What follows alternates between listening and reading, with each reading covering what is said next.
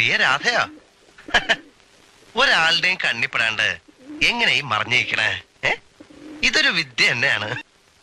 ചെറുപ്പത്തിലേ ഉള്ള ശീല തമ്പുരാട്ടിമാരുടെ കണ്ണിപ്പെടാണ്ട് നടന്നില്ലെങ്കിൽ ചീത്ത കേൾക്കും.